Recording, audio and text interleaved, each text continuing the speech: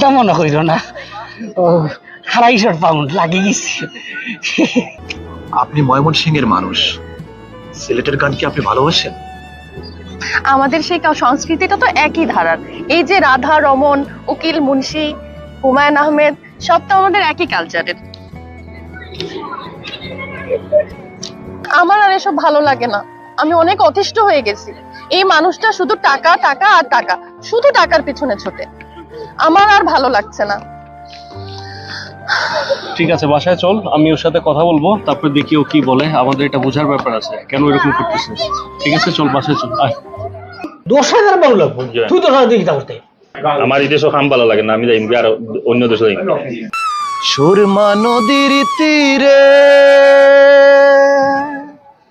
আমার ঠিকানা রে বাবা।